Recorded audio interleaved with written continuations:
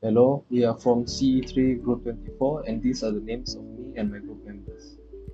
The topic that was given to us is plastic industries and our group has decided to focus on companies manufacturing PVC. This video will explain everything from plant operation to its circular economy. PVC is produced by polymerization of vinyl chloride monomer VCM. Here, we will study about the suspension polymerization method. First, the raw material VCM is pressurized and liquefied to obtain small droplets of VCM. Next, the initiator of polymerization is fed into the reactor, and PVC is obtained through suspension polymerization, which is suspended in water as particles in slurry form. The slurry is then stripped, dehydrated, dried to yield PVC powder. The unreacted VCM is entirely recovered through the stripping process and recycled as raw material for reuse in this process. Other polymerization methods include emulsion and bulk method. Okay, next, the main product from this process is polyvinyl chloride. Like other plastics, PVCs are assembled from monomers like vinyl chloride monomer, such that there is intentional randomness in the occurrence of attached elements and chemical groups. This is why the production of PVC will have unwanted products such as vinyl chloride or we know as dioxin. This substance also produced during PVC's end life, especially when it is burned, since PVC is not easily recycled. The other byproduct is chemical additives or plasticizers, which is commonly found in any PVC. Since PVC is brittle, it requires added plasticizers to make it more flexible and to impart other desired properties. The PVC pre-alternative is we have aluminium, ceramic, bamboo, wood, and polyolefin to replace PVC.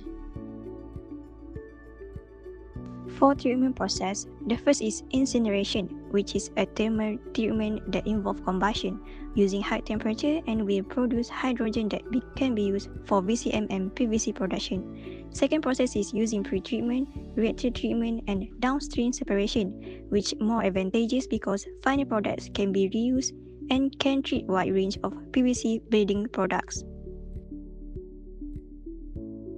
Data of the considered cable industry suggests an average rejection rate can reach as high as 10%. A conservative value is taken at only 2.5% of the total utilized PVC in consideration of the latest advancement in polymer rheology control and processing automation. In a reasonable size cable manufacturing, the average daily consumption is nearly 2.25 tons. This totaled nearly 21,000 tons of waste annually. The current cost of PVC is near Rm 4,900 per ton, including taxes and transportation.